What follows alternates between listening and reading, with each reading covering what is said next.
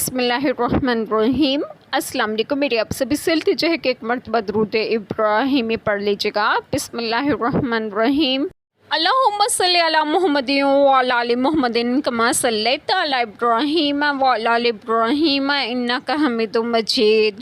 اللہم بارک علی محمد وعلی آل محمد کما بارکت علی ابراہیم وعلی آل ابراہیم انک حمید مجید۔ بسم اللہ الرحمن الرحیم۔ اے ایمان والو، تمہاری آپس کی گواہی جب تم میں کسی کو موت آئے وصیت کرتے وقت تم میں کہ دو معتبر شخص ہیں یا غیروں میں کہ دو جب تم ملک میں سفر کو جاؤ پھر تمہیں موت کا حادثہ پہنچے، ان دونوں کو نماز کے بعد روکو، وہ اللہ کی قسم کھائیں اگر تمہیں کچھ شک پڑے ہم حلف کے بدلے کچھ مال نہ خریدیں گے اگرچہ قریب کا رشتہ دار ہو، اور اللہ کی گواہی نہ چھپائیں گے، ایسا کریں تو ہم ضرور گناہ گاروں میں ہیں۔ بسم اللہ الرحمن الرحیم۔ آج جو بات میں آپ لوگوں سے ڈسکس کروں گی وہ یہ ہے کہ اس آیت کریمہ میں ہے کہ اے ایمان والو، شان نزول مہاجرین میں سے بدیل جو حضرت عمرو بن عاص رضی اللہ عنہما کے غلاموں میں سے تھے، بقصد تجارت ملک شام کی طرف دو نصرانیوں کے ساتھ روانہ ہوئے۔ ان میں سے ایک کا نام تمیم بن اوس داری تھا اور دوسرے کا عدی بن بدا۔ شام پہنچتے ہی بدیل بیمار ہو گئے اور انہوں نے اپنے تمام سامان کی ایک فہرست لکھ کر سامان میں ڈال دی اور ہمراہیوں کو اس کی اطلاع نہ دی۔ جب مرض کی شدت ہوئی تو بدیل نے تمیم و عدی دونوں کو وصیت کی کہ ان کا تمام سرمایہ مدینہ شریف پہنچ کر ان کے اہل خانہ کو دے دیں، اور بدیل کی وفات ہو گئی۔ ان دونوں نے ان کی موت کے بعد ان کا سامان دیکھا، اس میں ایک چاندی کا جام تھا جس پر سونے کا کام بنا تھا، اس میں 300 مسکال چاندی تھی۔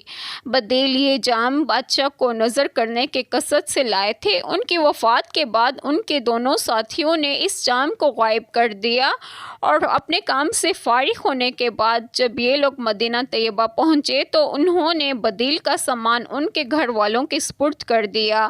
سامان کھولنے پر فہرست ان کے ہاتھ آ گئی جس میں تمام متاع کی تفصیل تھی۔ سامان کو اس کے مطابق کیا تو جام نہ پایا۔ اب وہ تمیم و عدی کے پاس پہنچے اور انہوں نے دریافت کیا کہ کیا بدیل نے کچھ سامان بیچا بھی تھا؟ انہوں نے کہا نہیں۔ کیا کوئی تجارتی معاملہ کیا تھا؟ انہوں نے کہا نہیں۔ پھر دریافت کیا بدیل بہت عرصہ بیمار رہے اور انہوں نے اپنے علاج میں کچھ خرچ کیا؟ انہوں نے کہا نہیں، وہ تو شہر پہنچتے ہی بیمار ہو گئے اور جلد ہی ان کا انتقال ہو گیا۔ اس پر ان لوگوں نے کہا کہ ان کے سامان میں ایک فہرست ملی ہے، اس میں چاندی کا ایک جام سونے سے منقش کیا ہوا ہے جس میں 300 مسکال چاندی ہے، یہ بھی لکھا ہے۔ تمیم و عدی نے کہا ہمیں نہیں معلوم، ہمیں تو جو وصیت کی تھی اس کے مطابق سامان ہم نے تمہیں دے دیا، جام کی ہمیں خبر بھی نہیں۔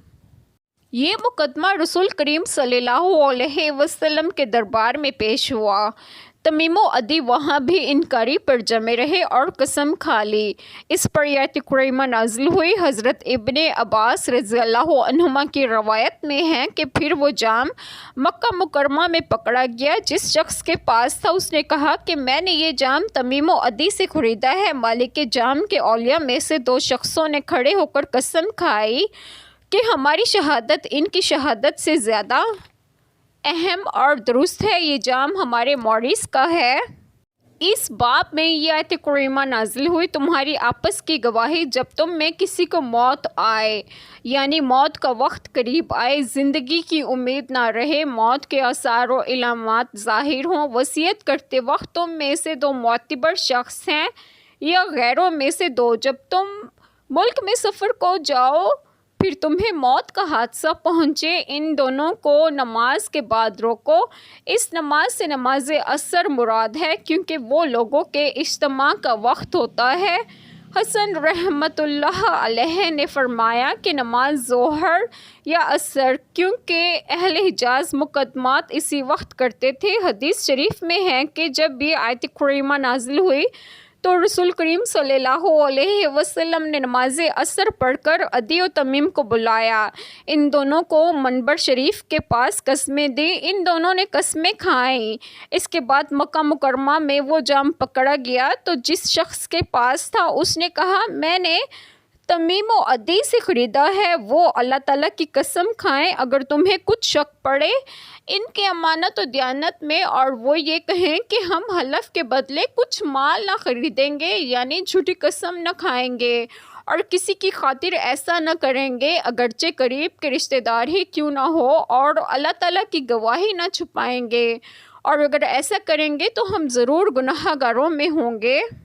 ایک چھوٹی سی دعا جو میں کروں گی کہ اللہ تعالیٰ ہم سب کے تمام گناہوں کو معاف فرمائیں اور ہمیں صراط مستقیم کی راہ پر گامزن کرے، اور آپ سب کی تمام جائز دعائیں قبول فرمائیں، اور جو لوگ بے اولاد ہیں انہیں نیک اور صالحین اولاد عطا فرمائیں، اور جو لوگ بیمار ہیں انہیں بھی صحت و تندرستگی عطا فرمائیں، اور وہ آپ سب کو آپ کے گھروں میں خوش و خرم رکھیں اور وہ صحت و تندرستگی بھی دیں۔ آمین۔ جزاک اللہ خیر۔